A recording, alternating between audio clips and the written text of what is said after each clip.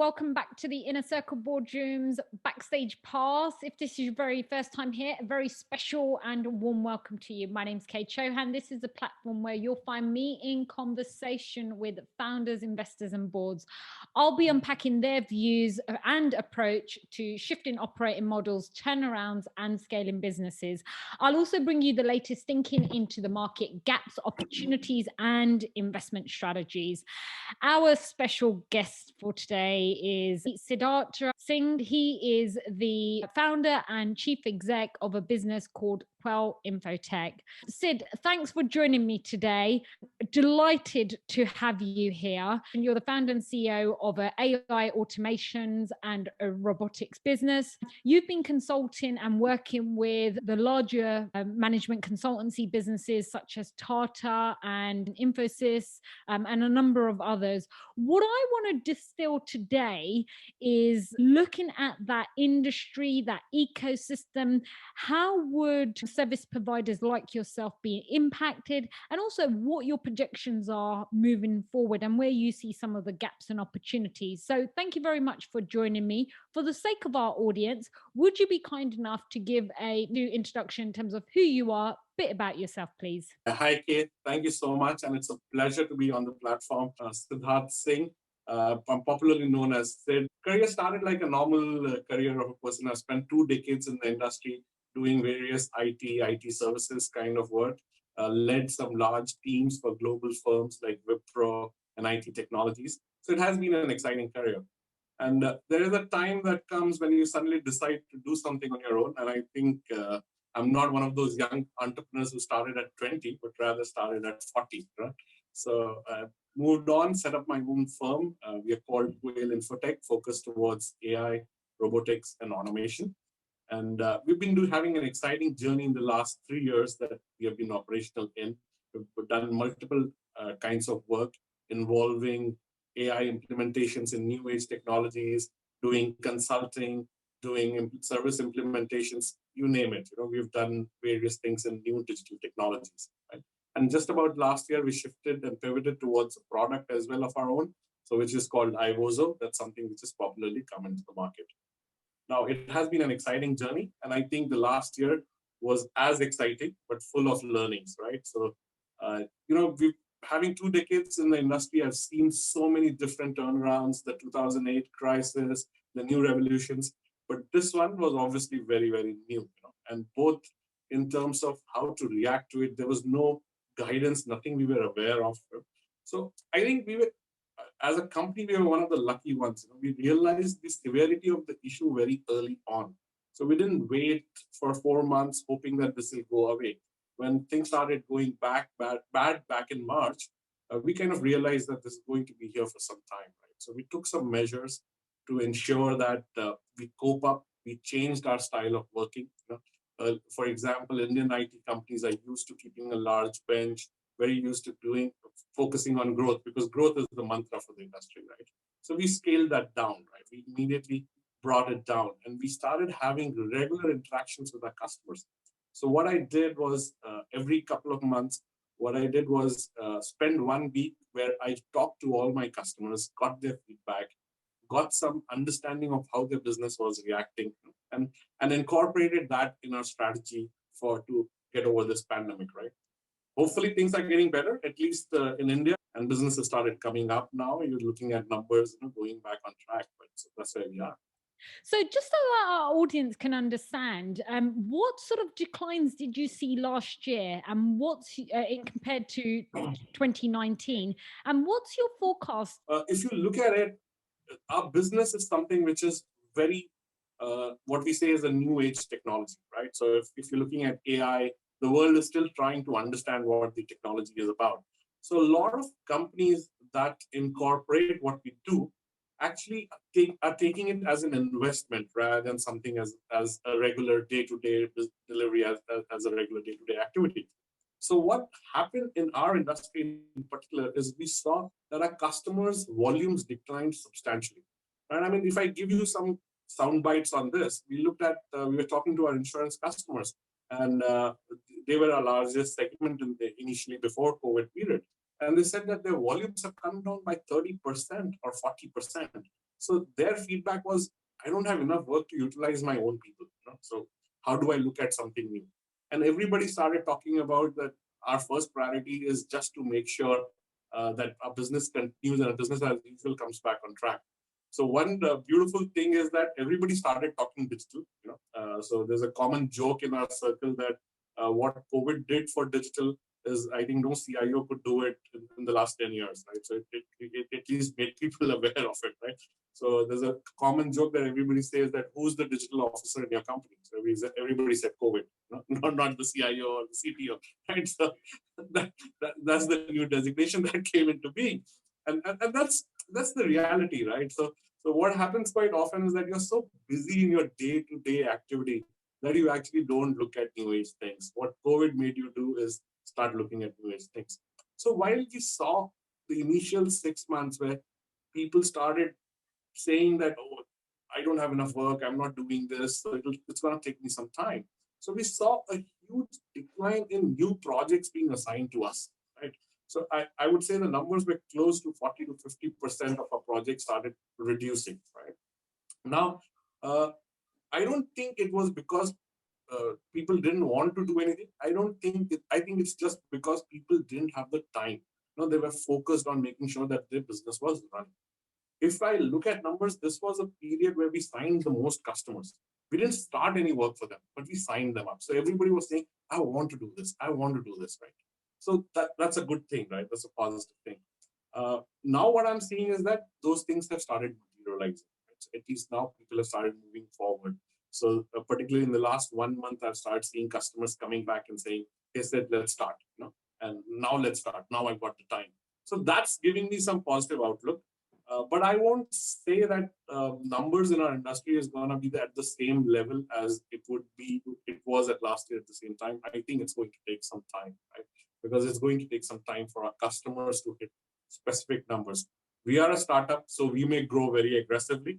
We may probably double our numbers next year. That's what we are looking at. But I would say for larger firms, it may be slightly more difficult to come back on track. Fascinating. There's so much there I want to already unpack. And then I also want to move on to talking more about what value AI and machine learning brings into the ecosystem, because there's a lot to distill there as well. Firstly, let's just touch on supply chains and also being a startup as well. Typically, we know that most startups will try to work with other supply chains. From a perspective of looking at strategy and now moving forward, diversifying your portfolio as well, what learnings have you taken away from the pandemic in terms of your own strategy and direction? Wonderful situation. I mean, you talk about the larger players, right? So it has been a very different outlook. Some of them you would be seeing publish very aggressive growth numbers. But the reality of the matter is that all of these companies are sitting on a lot of cash, which they didn't do anything about, right? So what happened in the pandemic was everybody started thinking, okay, let's look at what we can buy, because things are available cheap, right? There are people ready to sell. So the larger players who had a lot of cash sitting with them actually went ahead and did two things. Some of it is fair, some of it is unfair, right? The unfair thing that they did was they cut their costs aggressively by close to about 20 to 30% and passed the cost cutting to the smaller players like us who were providing to them, right? So what happened? And if you look at the macroeconomic status, that happened in the macro level as well. If we talk about in India, uh, we did that at our homes as well, right? We stopped utilizing maids, we stopped utilizing drivers, we all gave them a vacation. We don't realize what is the impact of that to an overall at a macroeconomic level, right? I mean, nobody publishes these numbers, but the reality is that India employs close to 400 million people in the informal sector. And there was a huge decline in using these informal sector employees at homes and small offices, right? So if you look at it, if sheer numbers, there's at least 10 to 15% of that workforce which has not got work back. And sorry to say this, Kate, but it's women who have been impacted the most, right? Because if you look at the unemployment level, the numbers that CMI has published, the unemployment rate in women employees is double that of the male employees, right? Which is, already the ratio was very less. And now if you realize the unemployment rate has hit so hard, nobody's publishing these numbers, nobody's seeing these numbers. So the reality is that has happened in the formal sector and the informal sector, right? So if you look at the way these large companies did, they just passed on the pressure of the pandemic to the smaller players. So that was an unfair practice that they did. And some of it, I mean, if you would have heard the acquisition story of Big Bazaar and the Future Group, Mr. Biani actually kept saying that there was nobody ready to come and assist us in getting out of this pandemic. Finally, Reliance stepped in to do that. They approached Amazon, that there was no reaction from Amazon. There was no reaction from Walmart. So the reality is that the strategy from the larger players was protect our cost, get rid of it. And who gets impacted? The smaller players. So there was no fair practices, and it was the divide between the larger and smaller went up and up. So I think the strategy we have learned from this is very stark reality. Don't put all our eggs on the larger players' basket, right? So diversification is the only way we can survive this market. And to ensure that our future strategy is aligned, we have to build even niche capabilities, but they will be self-reliant, dependent on us, which will help us drive into the future. So I think that's the biggest learning. Yeah, and if I had a lot of cash, probably I would have acquired a few as well. Right? So, but I think sadly that we're still a startup, so we're still not there where we can go ahead and do these activities. It's a really interesting dynamic at the moment because it's not something we've seen before in terms of, this shift, and I call it pretty much a shift, is not like the previous recession. How do you make sense of it? I mean, what do you make of all this? Because previously you weren't locked up. Well, I say locked up, literally we are. Yeah, it was literally like that. It sure does.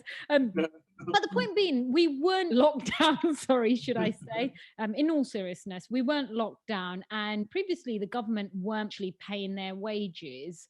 The challenge we have is those people who are being paid their wages, not all of them are going out and spending. Well, you can't really go out and spend it anyway. So, what impact is that going to have on the macro standpoint of these businesses? And then will that put more pressure on the smaller businesses? The way I see it is that, I mean, there are numbers. I can quote some of these numbers, right? I mean, the total loss is predicted in India to be close to about $15 trillion, right? 15 trillion rupees, right? INR, right? And 4.5 trillion of that has been in wages, right? So you can imagine how much has been lost in this pandemic period, and what has been given out is way, way less, right? We don't see it because we probably had enough money to kind of survive this. So, and being in a lockdown, we're living in closed doors, we have our own circle, we're talking in boardrooms, but reality on the ground is scary. You look at how people are surviving now, it's very, very scary because that entire 4.5 trillion INR earning is spread across that larger population. Right? Now, I mean, the reality of this is that now companies, I don't think, even realize the implication of this, right? So, and we have, even the government act is actually not realizing the whole story, right? So while I'm very happy because I'm on the side of the fence, which is actually going to gain from this, right? Because we are going to automate more, we're going to do digital technologies more. But the reality is that it's going to reduce employment further, right? Now, government put in restrictions during the lockdown and the pandemic that you can't fire people, right? Now, imagine this is a scare for most leaders in corporates, right, who have to show numbers to their investors, show the dividends, right? So what are they going to do? It's very simple for them. They are reaching out to us saying that, okay, my volumes are now going up, work is coming my way, but let's try and do more from the same set of people rather than hiring more people because they face this now, right? So they want to now go back and say that, okay, let's not try and increase numbers and cause more employment, but rather try and digitize and automate. While sitting on this side of the fence seems very nice, and then we go ahead and sit in boardrooms and say that automation is going to create more jobs than it actually kills. But the reality is it does kill jobs, right? So when you do automation, somebody's job has gone. So how do you do this, right? You have to reskill, you have to change the way you approach, change the thought process, and try and implement it. So the government came up with some interesting schemes, right? For example, there's this scheme where a minimum wage number of days is guaranteed in the country. But do you know what really happens with it? Are you able to control it? Are you using any kind of technology that the wages are actually going to the people, or somebody in the intermediate is actually taking that away? Because what do you measure? You measure that I gave out this money and this work got completed, right? You don't have an attendance system to track whether all these guys came on those days. Right? Reality is somebody uses automation and gets that job done and says that, yeah, I did employ those many people. But that's not the reality. You raise a really good point about that. And I want to move on to other topics as well, conscious of time. I do have this belief, and I'm sure you'll join me on this belief, that disruption and change creates opportunities. And what I'm seeing at the moment is before businesses were sort of set in their ways, the way they were sort of operating, and now they've had to change because of something like a pandemic. And just on that point, we were talking about cost and businesses and the cash. Through a number of my conversations, I am aware that this whole remote working, whilst it saves a lot on the bottom line in terms of real estate, actually, there is still a cost associated to having people working from home. It's not as if it's completely free. I mean, you have to get the technology, you have to make sure the resources are available. And I'm sure you've sort of seen some of that in your P&L. Is that fair? Sits at close to 4 to 5%, right? And in terms of the P&L impact, I won't say anything else, right? Uh, the reality of the matter is that even when we killed the real estate and made people work from home, there were 2 or 3 different aspects to consider in that. Right? One is uh, you did not save everything that you were spending in terms of real estate and office. Right? You still had to increase the infrastructure in terms of technology to ensure that you cope up with this scenario. Right? And security. And security. Oh, the fact is that nobody knows what they're doing. So, and I don't think security is something that we have figured out yet, right? Because, I mean, there's so many breaches that are happening. There's so many outages that are happening. As the cause is main, right? And if you look at the security issues, 80% of cybersecurity issues happens because of password misuse, right? That's a huge number. The moment you talk passwords, it's an individual's responsibility, right? So if 80% of your problem is sitting on individuals and you have pushed those individuals remote, wow, I don't think you can answer that solution that easily, right? So because it's human behavior and psychology that's involved in this. That's point one. Point two, about work from home. Your productivity has gone down as well, right? Whatever you say, the reality is when you're sitting isolated in a place, however much you can do cyber calls or video calls, reality is that your brain goes into a rut and it does not perform as high as you would do in a social circle. Right? I'm not saying that I need to talk to everyone at every moment, but you need some interaction. That's why we are humans, right? That's a basic nature that we follow.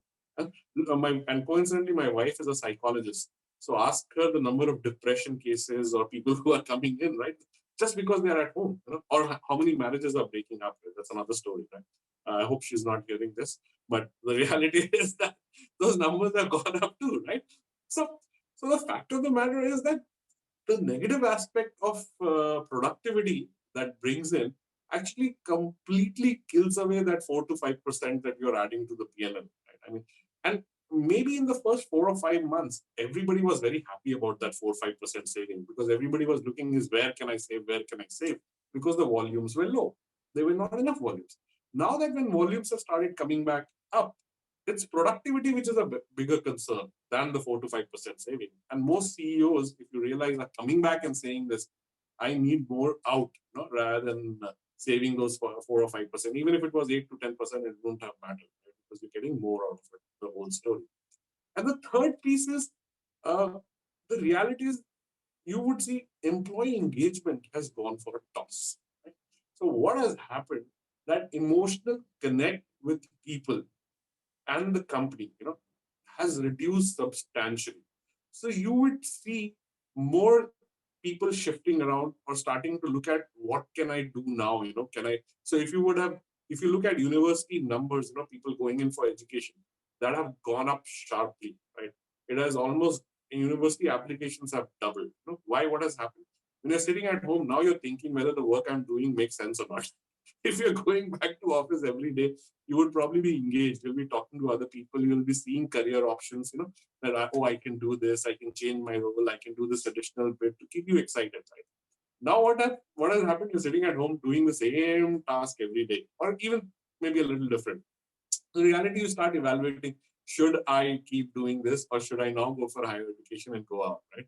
So and trust me, the ones who go out are your good talent. And you start losing your good talent, right? That's the biggest problem on employing nature. Nobody has been able to address it. You can do some remote pizza parties and wine tasting ideas, but it still doesn't work that well as a human touch. And the last is the economy impact, right? The economy impact is you are no more using public transport. You're not using enough fuel. You're not using enough local users. You're not using the catering services. Look at the biggies like Compass Group and all, and look at their revenue who are catering offices. There's a huge impact. And if Compass Group has impacted, obviously the employee strength behind them has got impacted. So if you go to office, your employment creates at least 3 or 4 more sundry employment, right, behind you. The cleaners, the office boys, anything, any and everything around you. That's the coffee shops nearby, right? All that goes for a toss. So the negative impact on the economy is also huge, right, because of this. So I would say that not a bright thing. I'm not very excited about work from home. I would love to be back in office as soon as possible. How should investors and boards start strategically thinking about leveraging things like analytics, automation tools, if they're not already? I think, see, it's a perspective shift at this point of time. Right? I mean, for a long, long time, the way analytics was being looked at or automation was being looked at was more of what I used to call as a cost play, right? So if I do this, what can I save, right? You do analysis of your inward looking things, and then try and come up with where is the wastage, and the whole Six Sigma philosophy was based on that, right? I mean, define, measure, and then improve on it, and then put your control measures in place. I think that mindset has taken a dramatic shift at this point of time, right? Because people have realized that analytics and automation is no more purely a cost play. It is something which is an efficiency play, right? Something to. So, I mean, I would say efficiency comes next. I think the one before that is something that you touched just before some time back was uh, saving your supply chain, right? Basically, at this point of time, if you are looking at, if you're an insurance company for that matter, right? I mean, if you're getting enough requests from the customers, you need to have enough ability to fulfill those requests. Right? Now, with the pandemic, what happened? You lost people, you lost the work, you started work from home. There was a volume drop down, so you were fine with the whole situation. But now, when the volumes are coming back up, what do you do? Should I go ahead, hire more people, start training them? It'll take them 4 months to come up to speed. By then, I will lose this, I'll lose that. So you can't do that anymore, right? So that's where automation, analytics, AI comes into play. Where you come in and you say that I'm protecting your supply chain, right? I'm ensuring that your demand does not get affected by your ability to fulfill it, right? And I'm augmenting your capability in fulfilling the demand. And it's more and more relevant today, right? Okay, look at the reality. I mean, probably not you, you're still younger than me. We grew up in an era where businesses were led by traditional business shops, right? The GE lighting of the world, Walmart with the stores, or the Target in your case, we're the leaders in the space, right? Or a Hilton hotel chain. You couldn't compete with them because of their sheer size. That has changed. It is no more traditional businesses which are ruling the game. Now, what is called as tech-led businesses are ruling the game, right? So, what is happening? Technology has taken over businesses. It's no more a requirement to fulfill the business, but the technology itself has become the business, right? That's a paradigm shift. That's a paradigm shift for everyone. And you have to think of automation as a reality. You cannot do without automation or predictive analytics for that matter. You have to have the capability to uh, to use the data. I mean, that's another topic altogether. The data has been lying with everybody. People love collecting data, but they don't know what to do with it. Right? So it is now imperative that you take a serious look at that data and do something in the future about it. right? And predict your future and start taking actions and decisions around. So today it becomes more and more important. Uh, Another point on this, I mean, I know I'm dragging this answer out, but the reality is we were very globalization centric business units at a point of time. Everybody, most countries in the world were talking globalization. But today, it's not the real political scenario. It's a very geopolitical scenario. Every country, let me do local, let me do local. We should focus on doing local. So the whole globalization concept has started reversing. We will produce locally, we'll consume locally, and anti-China, anti this country, anti that country, and everybody knows what happened in the capital just a few days back, right, with the Trump story. Now, in a geopolitical scenario, it's a very dynamic and very volatile scenario, to be very honest, right? So you cannot depend anymore by going into various countries and sharing your risk and distributing your risk. You have to look at your own internal current capabilities and share a risk. And you have to do automation and analytics to survive in that. So that's as simple as that. I can keep going on about it, but I think that explains the point. Even when we started the company, we realized there was a big issue in understanding what automation really meant. Like when I addressed that answer, where people used to think it being a cost play, right? So a lot of time you'll go into boardrooms or CXOs, and their first question would be, "Oh, so how many people's job effort will I be able to save?" And I used to say that stop looking at it. Right? I mean, don't look at it like that. Right? And it's a scary way to look at it. Right? Look at it how you can do something better. Right? Why don't you look at it that if you're handling, let's say, a volume of 100 policies today, you can probably handle 1,000 with the same team. Look at it like that. And I mean, that's how we talked with some of our customers, right? When we went to banks, lending institutions, we simply told them that look at the customer experience. If you can process a loan and close a loan in 2 days rather than 11 days. And if you use humans and potentially do this, it'll take you 11 days to actually process the loan, collect all the documents, submit it back, do the eligibility. 11 days for a customer is bad. But look at your business. If you start advertising saying that I close loans in 2 days because I'm using automation, your customers are happy, your competitors are going to get scared. Right? That's the reality. And we did that. Right? We started doing it in hours rather than in days. So right now we are working with a university to close an admissions process for them. And it's an exciting journey. Right? And we are telling them simply change the experience of your students. And it's fun to do this, right?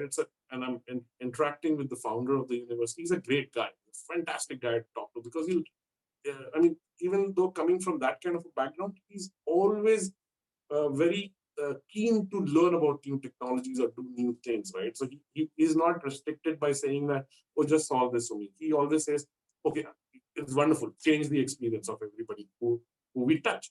And then you become innovative, right?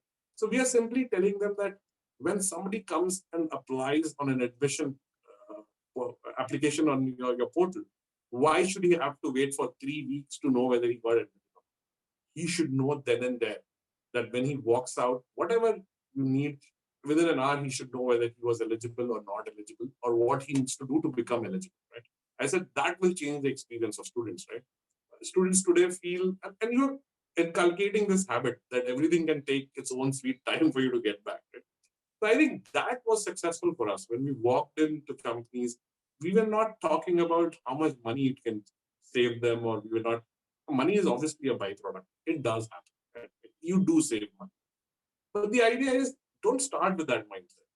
Start with the mindset of how you can change lives of people, whether it's your customers, your internal employees, and you'll automatically ensure that you make money out of the whole story. Right? And that's what worked for us. Yeah, I think you bring a really good point because there's a lot of stigma behind automation. And the first thing that you always read in the headlines is the loss of jobs. But it's not always the case. Usually, what you tend to find is those people get, yeah, there is, let's be honest, there is a loss of jobs, but also people get deployed into upskilling into new jobs as well. So actually, it's a positive thing as well because the employees can also grow as well, so to speak. But let's just digest that a little bit more in the sense that understanding the case for investment, particularly when times are tough. What's your take on that? There are multiple things you should look at, right? I mean, and particularly let me address mostly startups, or companies which are young, right? I think there's certain things you must follow, and particularly at this time, right? Look long term. That's the first important thing. Right? I mean, right now, what has happened? I know there's a pandemic. I know there's trouble. I know there's a cash flow issue. So what we start doing is we start evaluating now. Right? I mean, I have to survive these 3 months. I have to survive these 6 months. And most of the time, you start doing decisions for those 3 months. Right? I think we were a surprising company that I did a strategy workshop in the middle of the pandemic, right? I mean, in August, September, I got my entire team together and we were doing a virtual strategy workshop, which ran over 2 days. And what we were doing is, what can we do in a 3 year horizon? So we started talking about, okay, let's create a horizon 1, horizon 2, horizon 3, which is a 3 year plan of what all we'll get into, right? So, so I said, okay, we may not have money, but we should be prepared. When we have money, what are we going to do with it? We should not wait to start thinking then what you want to do. Right? So thinking long term is essential for you to do. I think that's a big learning from the pandemic for me. Right? You protect your today, think about the future. Uh, Second important thing is diversify. I mean, look at diversification opportunities, right? Continuously when you're working, a lot of startups, a lot of young entrepreneurs, I think fall in love with their product. They have this habit of that, oh, I made this great product, I'm gonna sell this. Right? I mean, whether it takes 4 years, 5 years, 6 years. Very good thing. Good thing to do. Love whatever you do. No two thoughts about it. But don't become obsessed about it. Passion is good, but obsession becomes very negative, right? So look at diversification opportunities, upstream, downstream. And I know, Kay, you and I have talked a lot about this. I mean, we've discussed this in detail. I think that'll be a good advice for me to give to people. Uh, Third thing, look beyond the home market, right? Very regional based decisions, right? I think that's another discussion you and I have had a lot, right? That we made that mistake, and we learned in the pandemic that we can't do that. We were very local focused. We were very India focused as a company. We did very little business abroad. But I would advise that we have to look beyond the local market and beyond the home market and incorporate that in our decisions. I'm not saying just look for business. Just don't just don't look for business in the UK, but also accept what's happening in the UK. Right? I mean, that's and incorporate in your decision. That's very important. The UK is just an example. And uh, reality, be prepared.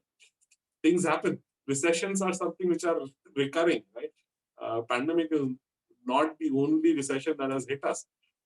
We've had recessions every 5 or 10 years, and I think be prepared because the next one is going to happen sooner. So don't think you're out of it, right? So be prepared for these recessions. They are part of your life.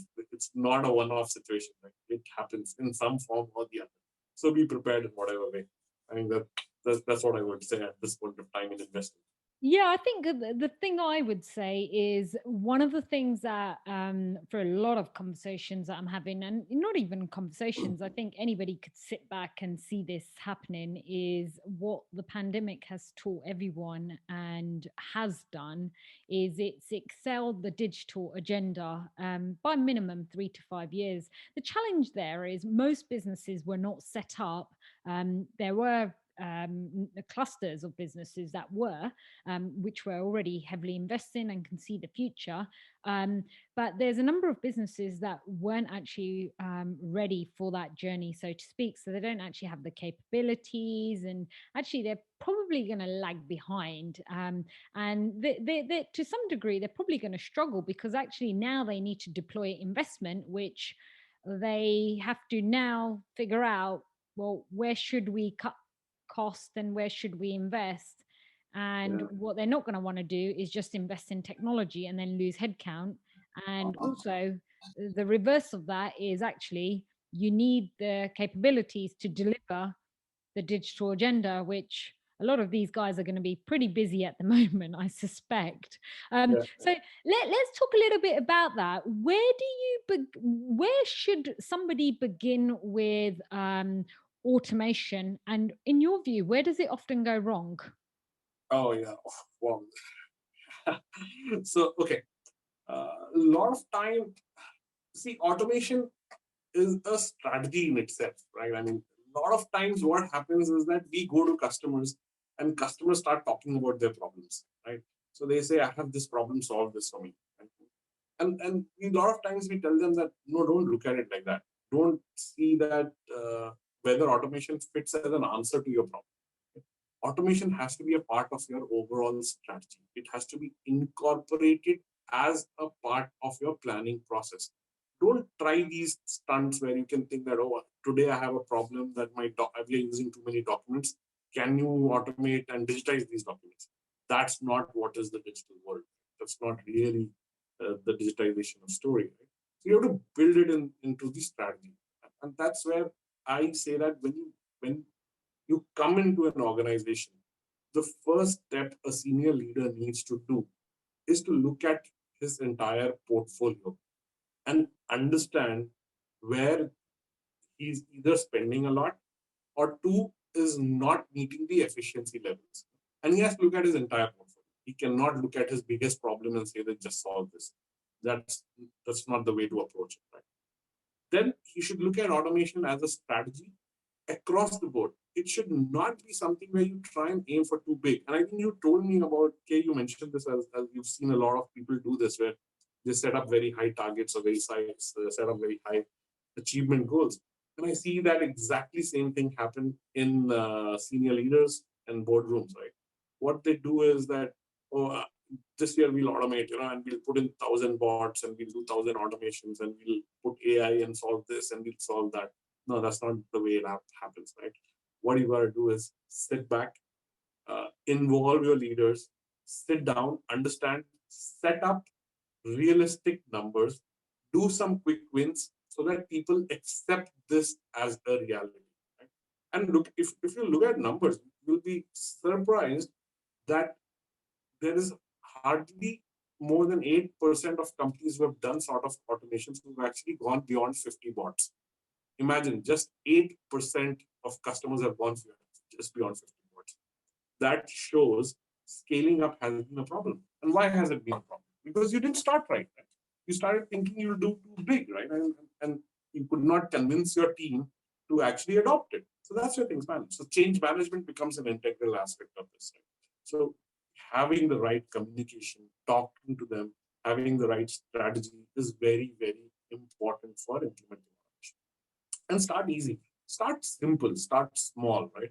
Start with things which are purely back office, already sitting in some form of digital, which just need some tweaking to. I mean, when we walk into some big customers, we say that you do so many reports, automate your reports first. Why do you have a team of people sitting there doing incentive numbers for your sales team, or sitting and calculating or analyzing your data number on Excel sheets? Anything that you're doing on Excel sheets, first automate that. Start with that. So that's the easiest thing. Then start with other stuff, which is your finance processes. They all finance. No offense to the finance professionals who would be listening to this. But the fact is, finance is mostly rule based, right? And you do some tweaking in your numbers. I know that, but the reality is that most of it is still rule based. You do reconciliations, you do account management. Everything is invoice processing. All that is rule based. Automate those simple things first, and then move on to your operations and try and do revolutionary stuff. Right? Learn from it, then start implementing. So that's what my advice would be. Okay, so Sid, you're going to have a biased opinion because you come from that ecosystem, that background. So you're obviously going to be a raving fan of AI, automation, and robotics. What I want to understand is how far should you go with AI, robotics, and automation? And what are some of the cases where you've seen it not work and why it doesn't work? Oh, wow. There are a lot of places it doesn't work because it's a new technology. It's the fact of any new technology is that it takes time to stabilize it. So I'm a big fan of it because I know if you keep at it, it will work. Right? I mean, I come from an era when you had to connect to the internet with that dial-up and you used to hear that tone, right? Beep, beep, beep. And if you wanted to download a movie, it will be like, you'll have to plan a week in advance, right? But look at how internet has gone today, right? You can download right now and watch it in the snap of your finger, right? The Gbps speed has gone. It's very similar to any technology. Right? It takes time to get better. And AI has a lot of dependency on data and computing power. 10 years back, there was not enough data. Thanks to Facebook and what they do, no offense to all the jurisdictions that's going after the data, kind of data they collect. But the fact is, they collected a lot of data. Google collected a lot of data, right? So now there's no dearth of data in the market. I remember, so AI, by the way, is AI as a concept is not new, right? It has been there for the last 30 to 40 years. It's not at all new. They've just become glorified buzzwords today. Absolutely. Absolutely. So, and what happened in the last 10, 12 years that AI takes a lot of data to get better. Right? So I'll correlate it to a very simple example. Right? When you have a baby at home, right? You know how many uh, the eye takes about 16 pictures a second, right, or 32 pictures a second, right? So a kid uh, doesn't start speaking when he's 1 day old, right? He takes a year to learn how to speak or to walk. Right? So imagine the amount of data that kid's brain has collected in that 1 year. Right? He's taking 32 pictures a second. Right? So put all that together across a year. No? That's trillions of data points. Right? So even a kid has learned, right? So when you do AI is very specific purpose today. Right? AI also needs that much data to be fed to get better. A lot of customers can come in and say that, oh, I have a lot of data. So when I ask them how much, so they say I have 1,000 of this, 1,000 of this. Right? And I tell them 1,000 is nothing. Right? That's not a lot of data. Right? You need millions of data points for it to be as perfect as a human. That's one point, right? Second is obviously it needs to have that much computing power as well, right? Because the brain has far more computing power than in the systems, right? We are getting there, right? Like, I couldn't imagine having a cell phone with the kind of GB that we carry these days, right? Our laptops or our home computers didn't have that GB when we were growing up when we were kids.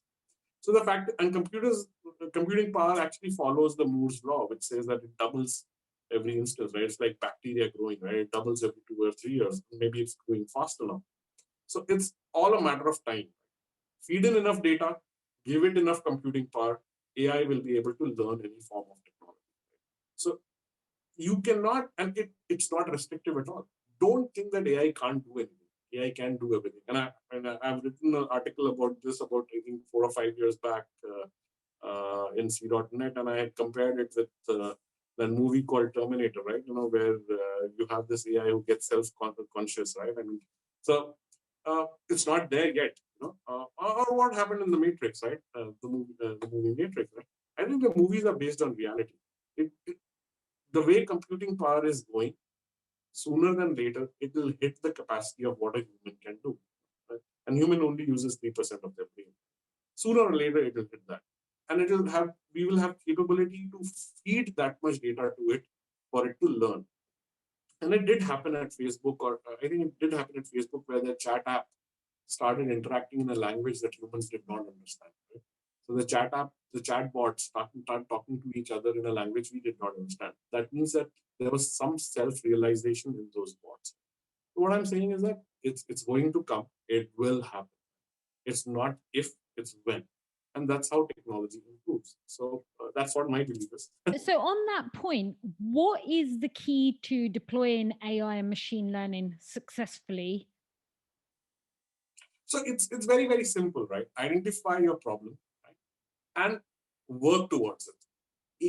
The difference between AI technology and other forms of automation or even computing is that computers have become general purpose now. Right? When computers initially started, they were also specific purpose. If a computer was created to do math, it could only do math. It could not do language.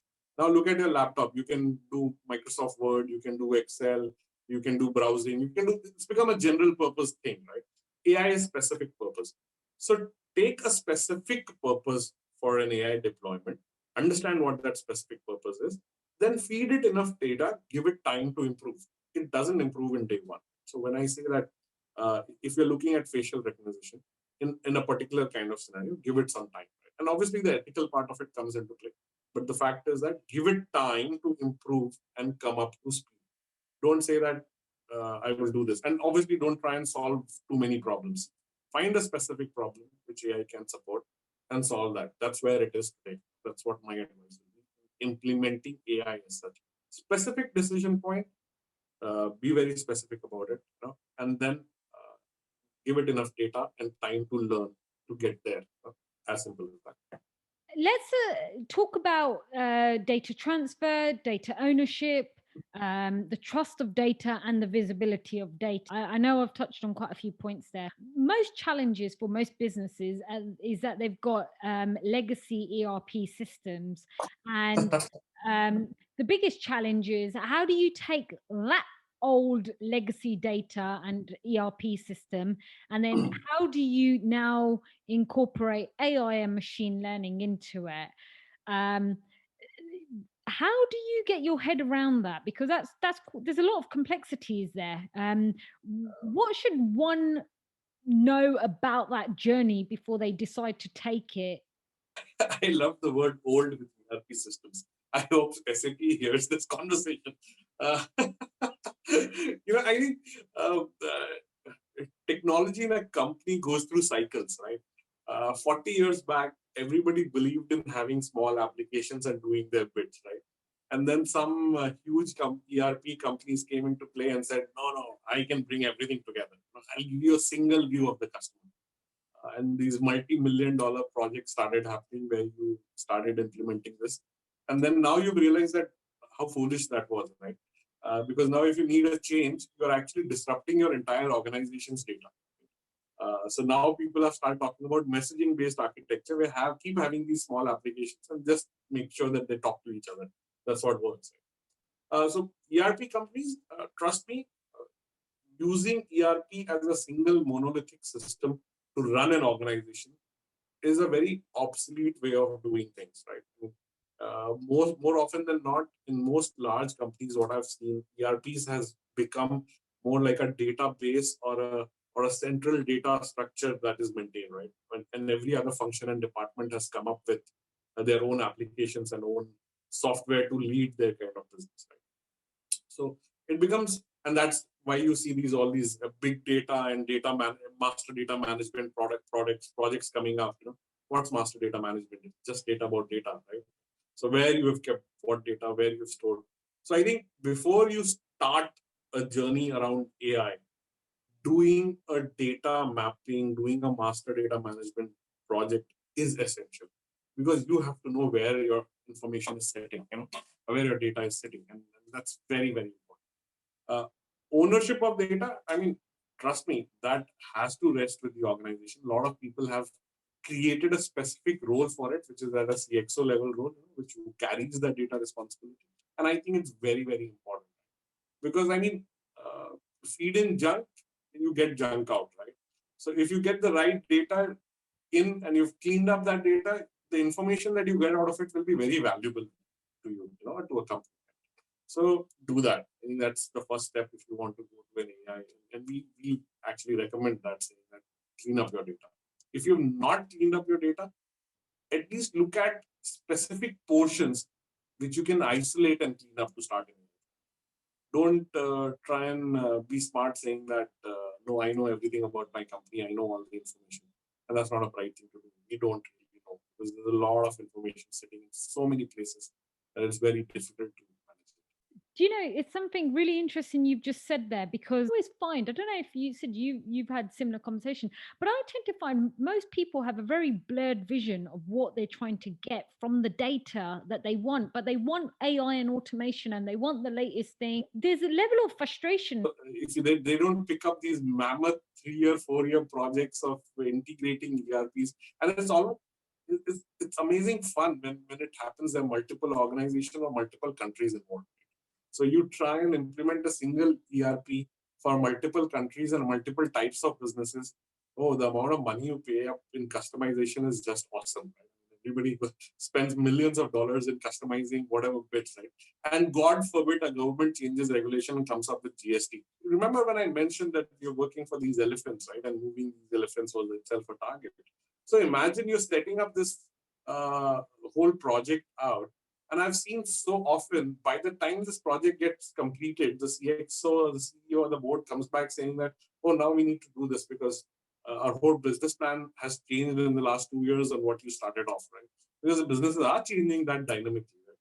or they might have acquired something or maybe made a pivot and changed it. It's no more of a 15-year-old time frame that, okay, once I implement this, next 15 years, I'm going to sit idle and keep using it. It's not really, it doesn't happen.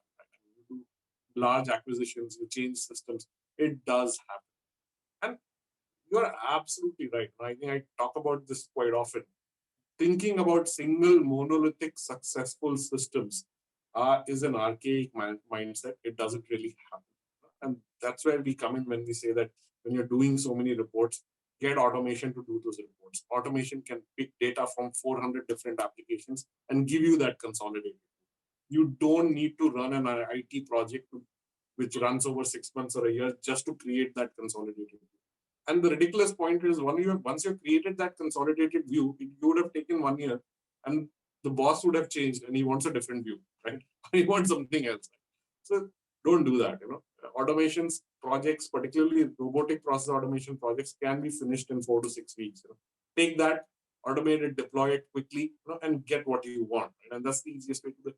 And imagine, okay, Sorry, just to say, go back on that. You said 4 to 6 weeks you can deploy an AI. Okay, give me an example of where you would do that. Like, would you start with a function such as marketing or sales? Like, give me a real life example to understand that. And what's the cost basis on that? So it's very, very simple, right? I mean, any process which is a simple rule-based process, right? I would say does not involve a human decisioning, right? For example, it should not be a judgmental-based process. When you don't require judgmental-based process and it's very rule-based, you can deploy and finish your deployment within 4 to 6 weeks. Right? It's as fast as that. We've actually done automations which are finished in 1 week. I'll be honest about it, and I'm not exaggerating at all when I talk these numbers. In 1 week, we've been able to finish the automation. Obviously, you don't deploy it within a week. You finish the automation in a week, then you do testing, then you do the checking, and then the deployment happens. That's the reality of the matter. But building that automation did not take us more than a week. We've been that fast. And cost numbers are very, very low in reality. Right? So, for example, I'll give you one example. Right? You would have done this competitive analysis. Right? Just looking at what is the competitive data setting on the websites of your competitors and consolidating it together. That was an automation we did for an e-commerce company. We did it really, really fast.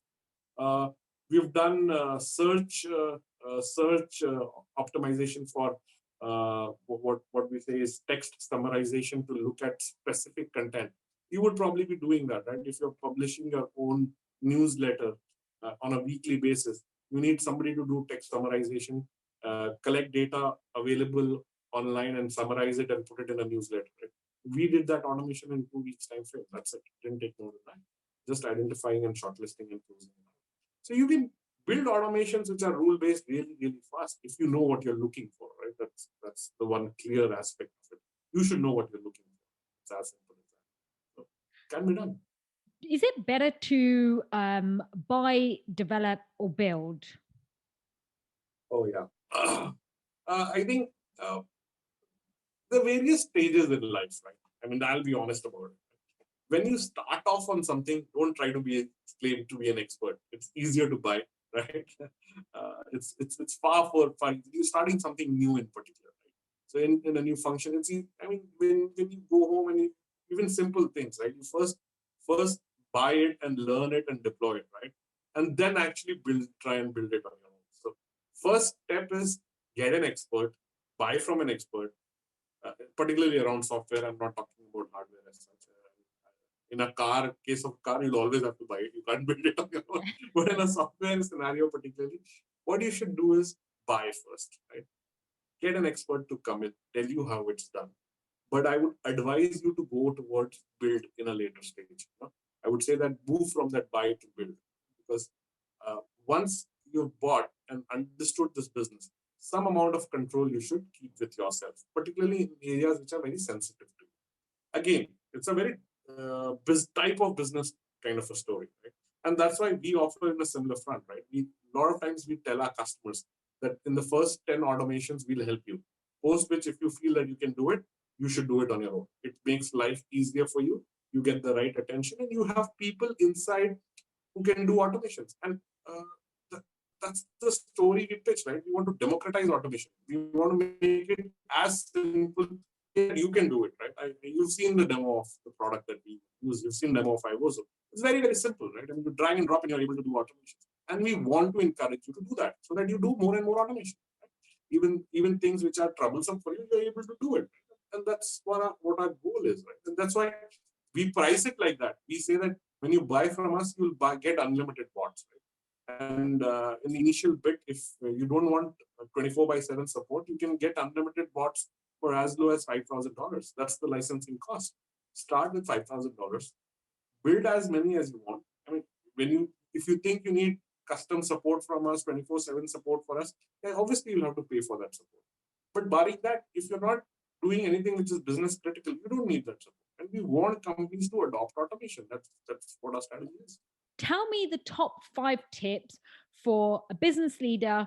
Let's say you're a chief exec, you're new in post, you are concerned that you are not getting the dashboards that you require to make invest in decisions. You've got a number of ERP systems which are not talking to each other, and you know that actually if you could get these systems talking to each other, what should I be doing apart from speaking to the top consulting firms, which I know is going to cost $1 million or more than that? Well, I was going to say more than that, maybe 5 million. And I don't have 5 million to spend at the moment because of everything else that's going on. Sid, in your opinion, having worked with these consulting firms, having worked with these banks, having gone and done this process numerous times, what should I be doing? The first one is understand that automation is a strategic decision. It's not an operational, it's not a financial, it's not a tactical and opportunistic decision, but a strategic decision. Where does the strategic decision happen? At the topmost level, right? So you have to sit with your leadership team and tell them that we will take automation as a strategy and we will do this. Identify a person responsible for this and make this a part of everybody's responsibility area. Right? Don't just say that, okay, I've got this guy, he's the chief information officer is sitting here, he'll become and he'll manage automation for me. No, it has to be everybody's part of everybody's KI. You should sit that and make that decision in the boardroom. It is no more a matter where you can say that, oh, maybe this technology doesn't work. Maybe it's going to, we'll probably try it out, right? That's not the case. Technology works. Companies if we are taking the name of Facebook and Google, who become successful in doing data management and automation and AI, that means the technology works. So what are you doing sitting here and telling yourself that I'm going to just check this out? No, my friend, it has been checked out. It works. So you need to adopt it. And you need to adopt it as you adopt any other strategy in your company. Right? So sit in the boardroom, make it a part of your strategy, part one. Right? Second is then look at every specific aspect of your business, and identify automation opportunities across the board. So again, don't have only one particular area. Right? Look at across the board. Where is it sitting? And each leader who's reporting into the CXO or the board needs to sit down and identify areas in their particular field. When you do this, when you tell your leaders, which is the interaction point, tell them very clearly that this is not a cost play to begin with. This is a play to improve experience and efficiency in the organization. That's a clear message that should come out from the top. Because trust me, if you don't do automation, your competition is doing automation. And by doing automation, that person or your competitor is able to improve his customer's experience and efficiency. So you may not be getting hit today, but sooner than later you will get hit by it because your customers will start expecting that kind of service, that kind of experience. So, right? So it's going to be a problem for you. So you cannot ignore it, right? Because your competitor has already gone ahead and done it, right? So very, very important that you pass that message. It's not a cost play. It's something you're doing to protect your business and your supply chain and your customers at the same time. That's the second message that goes out. And you have to do it across the board. Look at across the board. Third is clearly identify areas where you would actually do a pilot or a test run. Right? Don't do it in one area or two areas. It has to be multiple areas. Now, this is where the role of a CEO comes into play. he has to make it successful for his team to believe in it. A lot of times I've seen CEOs say, assigning it to some junior guy or some leader who assigns it to his junior guy, who assigns it to his junior guy to do that research and come back. And I've seen that quite often. And the junior most guy, you know what he does? He'll do the technology he knows about, and he comes back and prepares the report and gives it saying, this is what the reality is. Right? No, that's wrong. It's a CEO's responsibility to ensure that his team believes in this. Right? So you have to understand the seriousness of it. So he has to sell this. So he has to ensure he chooses pilots across the board, implements it across the board, makes them believe, shows them the success, and then shows them the path that tells them to go ahead and incorporate it across the level. So have the right set of uh, choices made to show complexity as well as success in it, right? Both those things. Fourth is uh, no one shoe fits all. A lot of time our customer says, oh, I've already tried this product. This is what I'm going to do. No, you have to try multiple products. Automation is like anything else. Do not have a single product doing everything for you. For example, in organizations, you have complex processes, you have simple processes. When you hire people, do you hire everybody at the same salary and at the same skill set? No, automation is exactly like that. Different tools come in with different features. Don't try to do one shoe fits all. See, that's a typical mindset of most technology leaders that I've seen. What they will see that, oh, I've taken this technology, I'm going to use that fully. I'm not going to use anything else. That's not true anymore. That does not sit true anymore. And that's, I mean, probably some of it relates to your ERP story as well. But the fact is, no one shoe fits all. You have to have multiple technologies. I know it costs a little bit more. I know it does. You need to have a multi teams managing it. But the reality of the build is, the story is that it actually bifurcates your risk. It diversifies your risk. You don't have all your apples in one single basket. So it always works for you if one of them fails or changes its strategy. For example, one of the automation leaders today, which is the leading company doing this, has changed their licensing model, which is going to suddenly impact a lot on the licenses that that people have purchased. Now imagine those companies if they have bet everything on it, and suddenly rather than if this reducing cost is going to go up just because the licensing model has been changed. Not a bright thing to do, right? And your dependency is too high. Use multiple technologies. Don't do one shoe fits all. That's very, very important. Fifth and last thing, there are many more, but I'm going to stop at the fifth one. Fifth one is communication, change management across the organization is very, very important. Understand that automation is not a stopgap. For automation, you may have to change the way you work. Please change the way you work. Please tell your teams, communicate with them, communicate with the people. If organization needs restructuring, restructure it, but include this as something which is a proper change management process and communicate everything. From day one, talk, and keep telling what's happening. These are the 5 key points. Do this and you will see success in automation. Lots of learnings there for our audience. Sid, in your opinion, why do most integrations actually fail? Oh, wow. So I think all these 5 points, right? But the most common point is communication, right? If you had to say that, not communicating properly to your team is the biggest problem, right? See, any transformation project basically means that you're asking your team to get out of their comfort zone. Right? If you just tell somebody to get out of their comfort zone, it's going to be a negative.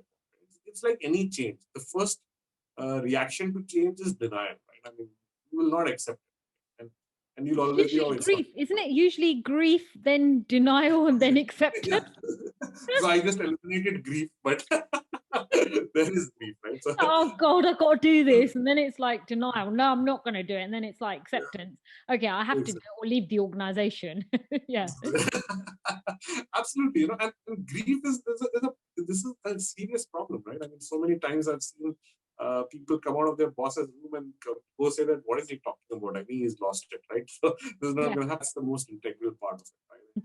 Do you have any thought process around where often it goes wrong when you're looking for capabilities, and why these no, I wouldn't say projects fail, why the integration's not always as successful. Is there anything through your experience that you can share that you've started to identify as some sort of emerging trend? Yeah, no, absolutely. So while I talked about communication, the skills is the second biggest issue, right? So a lot of times, particularly in Indian scenario, way more than probably in the Western world, a lot of times when you go talk to someone, they think they know everything, right? So that's where the ego comes into play as well. I think that's where you go wrong. You may be an expert in what you do. Right? For example, when I go pitch to an insurance company, I can't advise them about how to do insurance business. Right? I mean, they're far better than me. And so many times I actually see CEOs go ask consulting firms, tell me how to do my business right. And I feel that they're being taken in for a ride. Nobody knows better than them, right? Because how to do insurance. What we can do better than them is look at a specific process, look at a specific area, right? And that we know better than them. Right? How to identify what to automate first, how will it happen, what is the ROI you get out of it, what kind of skills you need to manage it, how do you do this entire cycle, what process methodology you follow. We know better than that, right? So rather than coming in and asking us, tell me what to automate in insurance, it should be simple. Come and tell me about your business, what do you do, and I'll tell you what in that can be automated, because we can understand that better. Now, or for banks for that matter, or for retailers for that matter, right? I cannot say that, okay, that XYZ retailer, or for example, Walmart did this, right? I can't go to a Target and say that because Walmart automated this, Target should also do this. That'll be a very wrong approach, right? Because Target may be operating very differently from it. The structure may be very different. So the concept is that these companies approach it one again in the concept that if this guy has done it, I'll also do it. Right? That's wrong. And they think they know it. Right? That's not true. My belief is I've always thought that get in the experts to do their job. It's very simple, right? When you fall ill, it's your body. But you go to a doctor, right? And ask the doctor for advice. So even though it's your company and it's your business, obviously you know, but you go to an expert for advice. In automation, we are the experts. Call us, or people like us. Call us. We will tell you how to go about it. Don't try and do something on your own, right? So that's the first stage. Right? Always get the experts to do it for you. Then the second stage is learn from the experts. You obviously you should learn, right? You should not, and get your team to learn, right? That's where the reskilling factor comes in. But don't start off by saying that I know this, I'm going to try it on my own, go to hell, I don't need experts to do this. Not a bright idea. Get the expert to do it, learn from them, and then go ahead and do it on your own. That's the concept. That's what I recommend. I want to finish off with this one last question with yourself, which is looking at sort of 2021. What are the future trends and predictions or merging gaps and opportunities that you see? In the particularly in the automation and AI space, let me talk at that rather than at a macro level, right? At a macro level, there are too many points. Look at the simple aspects. There are countries and places where you have labor shortage, right, already coming into play, right? Again, taking example of Japan, which has an aging population, globally that's happening.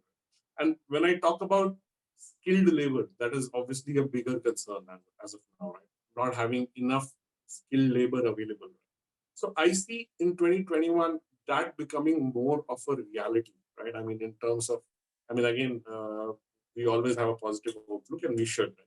What we see is that last year people realized that when they were doing simple things remotely, they also realized how difficult it is to get skilled labor or even skill the labor, right?